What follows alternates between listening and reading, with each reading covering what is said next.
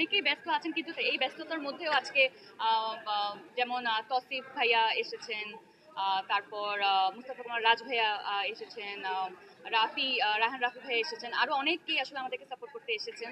তো আমরা একটা ডেট সেট করার চেষ্টা করছি, সবার ব্যস্ততার ব্যাপারে একটু খোঁজ খবর নিচ্ছি এখন। যদি একটা ডেট মিলে যায় যেখানে আমরা ম্যাক্সিমাম আমাদের কলিগ অ্যান্ড আর্টিস্টদেরকে পাবো, যদি পেয়ে যাই তাহলে অবশ্যই সবাইকে মিলে একদিন প্রিয় মালতী দেখার ইচ্ছা আছে।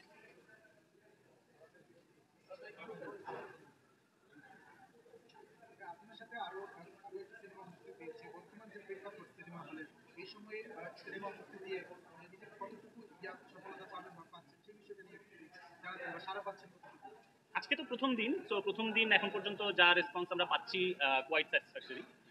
এখন তো আরো সামনে তো সময় আছেই আর কি। আর আমরা তো আসলে নিজেরাও জানি না কোন টাইমটাই তার রাইট টাইম সিনেমা মুক্তি দেওয়ার। তো আমার মনে হয় যে আমাদেরও তো as a stakeholder of the industry আমাদের নিজেদেরও এক ধরনের রেসপন্সিবিলিটি আছে, যে একটা লম্বা টাইম আমরা দেখেছি যে মানুষজন আসলে বিনোদনের বা মুভি রিলিজের জায়গা থেকে একটা লম্বা গ্যাপ চলছিল। তো এইটা আমাদের নিজেদেরও একটা দায়বদ্ধতা আছে যে আমরা যদি ছবি রিলিজ না দেই তাহলে আসলে অডিয়েন্স কি দেখবে। তো ওইখান থেকে আমাদের মনে হয়েছে যে হ্যাঁ, এটা একটা ভালো সময় হতে পারে ছবি মুক্তি দেওয়ার। এন্ড লেটস সি এখন সামনের দিনগুলোতে আসলে অডিয়েন্স কিভাবে রেসপন্স করে।